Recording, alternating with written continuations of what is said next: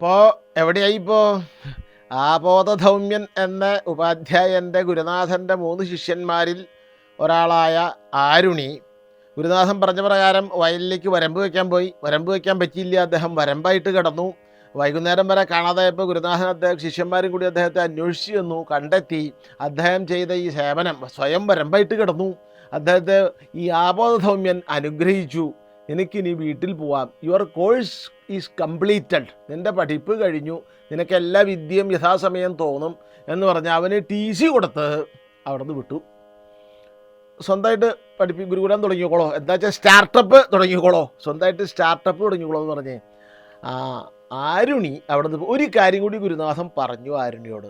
നീ വരമ്പ് ആയിട്ട് കിടന്ന് എഴുന്നേറ്റവനല്ലേ, അതുകൊണ്ട് നിനക്ക് ഉദ്ദാലകൻ എന്നുകൂടി ഒരു പേര് വരട്ടെ എന്ന് പറഞ്ഞ് മറ്റേ ഉദ്ദാലകൻ എന്ന ആരുണിക്ക്, അല്ലെങ്കിൽ ആരുണി എന്ന ഉദ്ദാലകന് TC കൊടുത്ത് ആശ്രമത്തിൽ നിന്ന് വിട്ടു. TC കൊടുത്ത് വെച്ചാൽ നല്ല കാര്യം കൊണ്ടാണ് വിട്ടെ.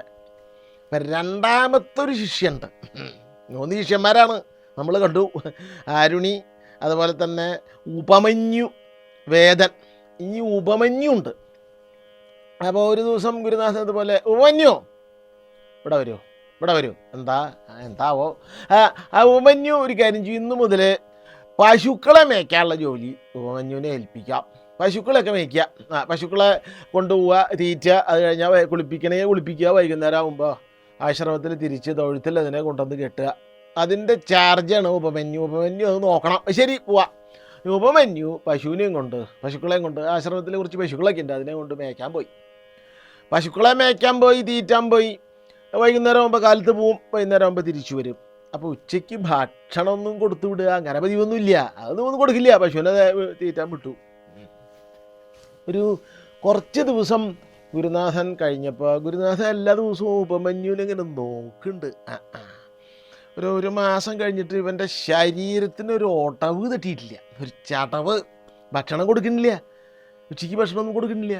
പിന്നെ എന്താ എൻ്റെ ശരീരം ഇങ്ങനെ തടിച്ചിരിക്കണേ. ഉപമന്യു കുറച്ച് തടിയുള്ള ആളാണ്. അതെ ഉപമന്യു, ഒരു ദിവസം ഗുരുനാഥൻ വിളിച്ചു, ഇവിടെ വരിക, താൻ ഭക്ഷണമൊന്നും ഇവിടുന്ന് കൊണ്ടുപോകണില്ലല്ലോ. ഇല്ല, ഭക്ഷണമൊന്നും കൊണ്ടുപോകണില്ല. പിന്നെ തൻ്റെ ശരീരം എന്താ ചടച്ചിരിക്കണേ? ഞാൻ ഭക്ഷണം കഴിക്കുന്നുണ്ട് ഗുരുനാഥ. എവിടുന്ന് ഭക്ഷണം കഴിക്കണു? ഇവിടുന്നൊന്നും കൊണ്ടുപോകണില്ലല്ലോ. ഇല്ല, പക്ഷെ ഞാൻ കഴിക്കുന്നുണ്ട്. എങ്ങനെ കഴിക്കണു? ഞാൻ ഭിക്ഷ എടുത്ത് ഭക്ഷണം കഴിക്കുന്നുണ്ട്. അത് പാടില്ല. ഭിക്ഷ എടുത്താൽ അതാദ്യം എനിക്ക് സമർപ്പിക്കണം, ഗുരുനാഥന് സമർപ്പിക്കണം, എന്നിട്ടേ വല്ലതും കഴിക്കാൻ പാടുള്ളൂ. ഓ അങ്ങനെയാവാ എന്ന് പറഞ്ഞ് പിറ്റേ ദിവസം പശുവിനെ ഇതേപോലെ തീറ്റാൻ കൊണ്ടുപോയി, മേയ്ക്കാൻ പോയി. അപ്പോൾ ഭിക്ഷ കിട്ടി. ആ ഭിക്ഷ നേരെ തന്നെ ഗുരുനാഥൻ്റെ കയ്യിൽ കൊടുത്ത് അവിടെ വെച്ചു. ഉച്ചയാകുമ്പോഴേക്കും ഭിക്ഷ കിട്ടി, 10 മണിയാകുമ്പോഴേക്കും ഭിക്ഷയൊക്കെ കിട്ടി, ഗുരുനാഥന് സമർപ്പിച്ചു. ഗുരുനാഥൻ ഭിക്ഷ മുഴുവൻ എടുത്ത് വെച്ചു. പൊക്കോളോ, ഒന്നും കൊടുത്തില്ല. ശിഷ്യന് ഉപമന്യുവിനും ഒന്നും കൊടുത്തില്ല. ശിഷ്യൻ തിരിച്ചു പോയി. അങ്ങനെ കുറച്ച് കാലം കഴിഞ്ഞു. അപ്പോൾ ഓരോ ദിവസവും ഗുരുനാഥൻ ശിഷ്യനങ്ങനെ നോക്കുന്നുണ്ട്. എന്നിട്ട് ഇവൻ്റെ ശരീരത്തിന് ഒരു ഒടവ് തട്ടി കാണാനില്ല. എന്താ ചടക്കാത്ത? ഒരു ദിവസം ഉപമന്യോ ഇവിടെ വരും, നീ ഭിക്ഷ എടുക്കണില്ലല്ലോ. ഞാൻ എടുക്കണ ഭിക്ഷ മുഴുവൻ ഗുരുനാഥന് സമർപ്പിക്കുന്നില്ല. പിന്നെ എന്താ തൻ്റെ ശരീരം ഇങ്ങനെ ചടക്കാത്ത, തടിച്ചിരിക്കണം? എന്താ? ഭിക്ഷ ഗുരുനാഥന് സമർപ്പിച്ചാലും ഞാൻ ഭക്ഷണം കഴിക്കുന്നുണ്ട്. പിന്നെ എങ്ങനെയാണ് ഭക്ഷണം കഴിക്കണേ? ഞാൻ എഗെയിൻ ഭിക്ഷ എടുക്കും. ഭിക്ഷ അതെന്താ? കിട്ടിയ ഭിക്ഷ ആദ്യം ഗുരുനാഥന് സമർപ്പിക്കും, എന്നിട്ട് ഞാൻ പോയി രണ്ടാമത് ഭിക്ഷ എടുക്കും. അങ്ങനെ രണ്ടാമത് ഭിക്ഷ എടുക്കാൻ പറ്റില്ല. രണ്ടാമത് ഭിക്ഷ എടുത്താൽ ജനങ്ങളുടെ ഭക്ഷ്യപ്രശ്നം, അതെ, ഫുഡ് സെക്യൂരിറ്റി, അത് പാടില്ല. രണ്ടാമത് ഭിക്ഷ എടുക്കാൻ പാടില്ല അവർ. രണ്ടാമത് ഭിക്ഷ എടുക്കില്ല. അപ്പോൾ ആദ്യത്തെ ഭിക്ഷ കിട്ടിയാൽ ഗുരുനാഥന് സമർപ്പിക്കണം, എഗെയിൻ ഭിക്ഷ പറ്റില്ല പറഞ്ഞു ഗുരുനാഥൻ. ഫുഡ് സെക്യൂരിറ്റി പ്രോബ്ലം ഉണ്ടാവും, അത് എടുക്കില്ല എന്ന് പറഞ്ഞു ഉപമന്യു. പശുവിനെ തീറ്റിൽ പഴയ പോലെ തുടർന്നു. കിട്ടിയ ഭിക്ഷ ആദ്യം ഗുരുനാഥന് സമർപ്പിക്കും. അപ്പോഴും ഒരു മാസത്തോളം ഒക്കെ കഴിഞ്ഞു, 1.5 മാസം, കുറച്ച് കാലം അങ്ങനെ കഴിഞ്ഞ് ഗുരുനാഥൻ നോക്കിയിട്ട് ഇവൻ്റെ തടി ലേശം കുറയണില്ല. അപ്പം മെലിഞ്ഞു വരണല്ല.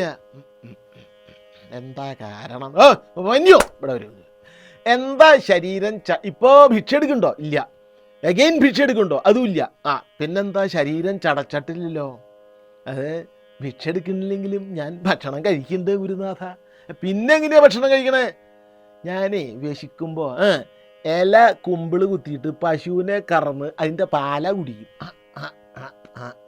പട ശിഷ്യ അവൻ ഗുരുവിനെയൊക്കെ വെള്ളം ശിഷ്യന.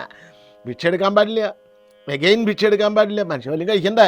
അപ്പോൾ അവൻ ഇലയിൽ കുമ്പിള് കുത്തി പശുവിനെ കറന്ന് പാല കുടിക്കാൻ തുടങ്ങി. കേരളം കണി കണ്ടുകൊണ്ടിരുന്ന നന്മ അതങ്ങോട്ട് കുടിക്കാൻ തുടങ്ങി. അങ്ങനെ പാല് കുടിക്കാൻ പാടില്ല. പാല് പശുക്കുട്ടിക്ക് കുടിക്കാനുള്ളതാണ്, പാല് കുടിക്കരുത്. പാല് കുടിക്കില്ല ഗുരുനാഥ, നാളെ മുതൽ പാല് കുടിക്കില്ല എന്ന് പറഞ്ഞു. പോക്കോളോ. പശുവിനെ തീറ്റാൻ പോവുക, രാവിലെ പോവുക, വൈകുന്നേരം മടങ്ങി വരിക, രാവിലെ പോവുക, അന്തിക്ക് വരിക. അങ്ങനെ പിന്നെ കുറച്ച് കാലം കഴിഞ്ഞിട്ട് ഇവൻ്റെ ശരീരത്തിനൊരു ഓട്ടമില്ല. എന്താ ഇയാൾ ചടക്കി, ഇയാൾ എന്താ ചെയ്യണേ? അതേ പൊന്നു ഇവിടെ വരും. ഭിക്ഷ എടുക്കണ്ടോ? ഏയ്. എഗെയിൻ ഭിക്ഷ എടുക്കണ്ടോ? ഏയ്. പശുവിനെ കറന്ന് പാല് കുടിക്കണ്ടോ? ഏയ്. തൻ്റെ ശരീരം ചടക്കണില്ലല്ലോ, പറയ പോലെ തന്നെ അങ്ങനെ ഗുണ്ടറായിട്ടിരിക്കണ്ടല്ലോ. എന്താ കാരണം?